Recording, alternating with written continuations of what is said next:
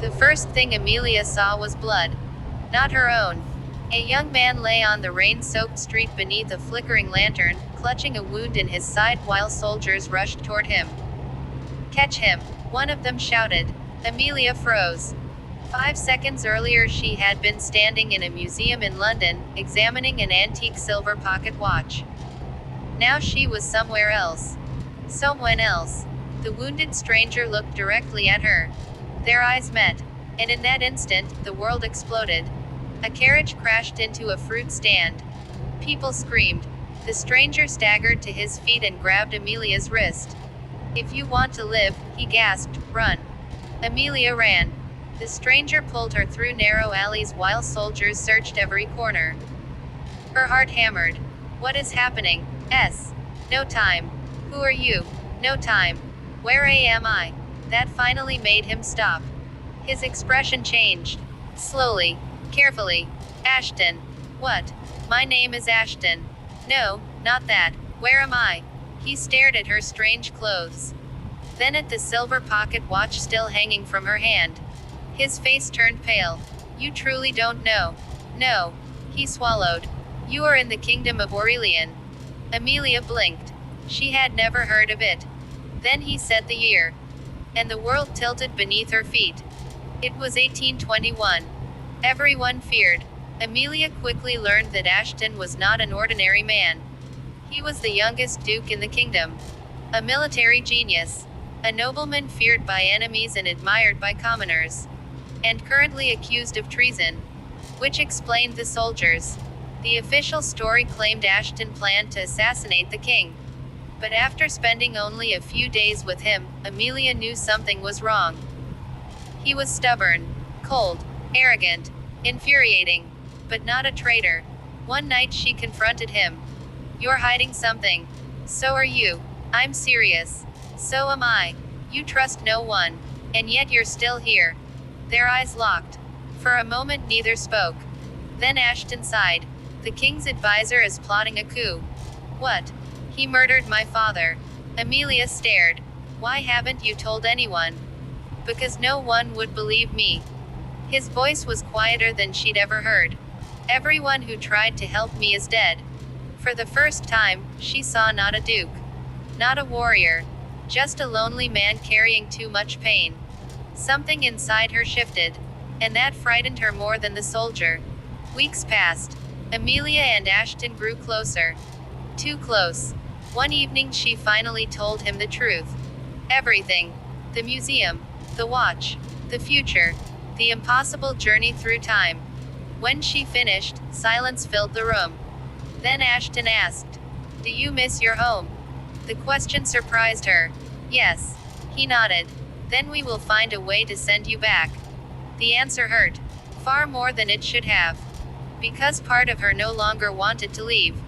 3 days later they discovered something hidden inside the watch. An inscription. Tiny words engraved beneath the cover. Time bends for hearts destined to meet. And beneath it, 2 worlds, 1 choice. Neither understood what it meant. The person who sold Ashton to the enemy was his closest friend. Lord Nathan. A man he had trusted since childhood. Nathan delivered their location to the king's advisor. Hundreds of soldiers surrounded the estate. Fire consumed the gardens. Gunshots echoed through the night.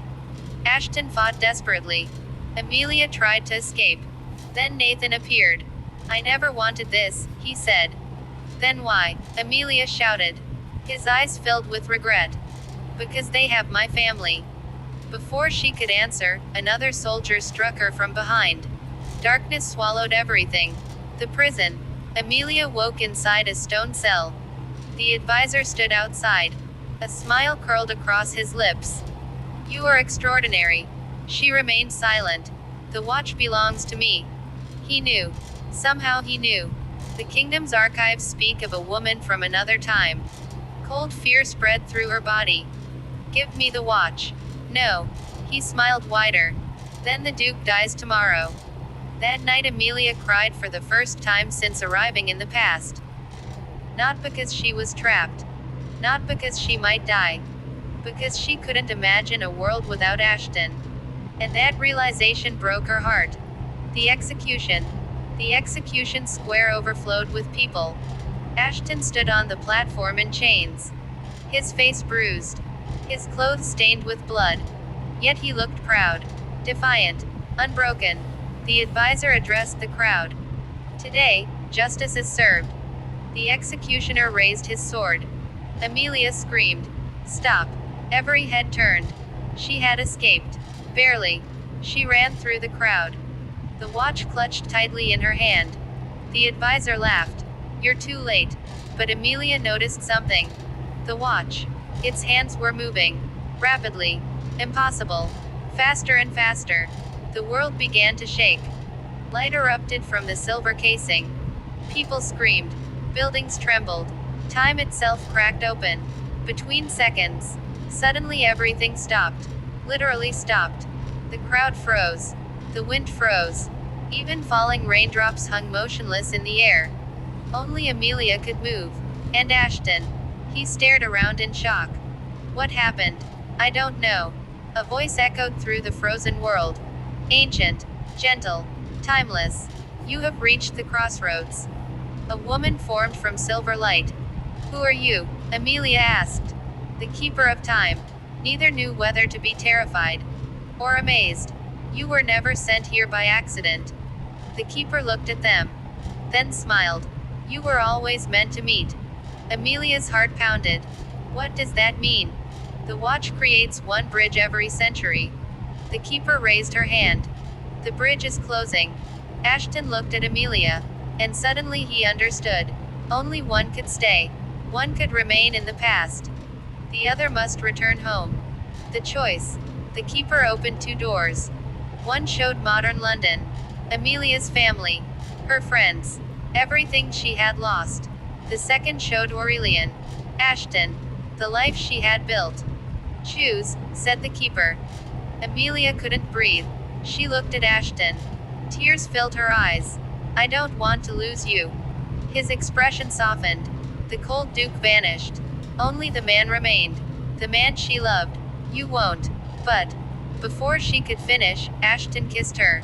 A gentle kiss. A heartbreaking kiss. A goodbye. Or so she thought. You deserve your future. No. Yes. I'm staying. You don't understand. His voice trembled. If you stay, you'll sacrifice everything. Then let me. Silence. Then another voice interrupted. The keeper laughed. You foolish children. Both stared. What?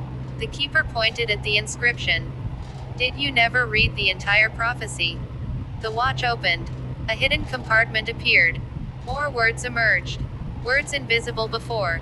When two hearts choose each other over time itself, the worlds become one. The battle for tomorrow. The frozen world shattered. Time resumed. Chaos erupted. The advisor seized the watch. Power exploded around him. He intended to control history itself. The sky darkened.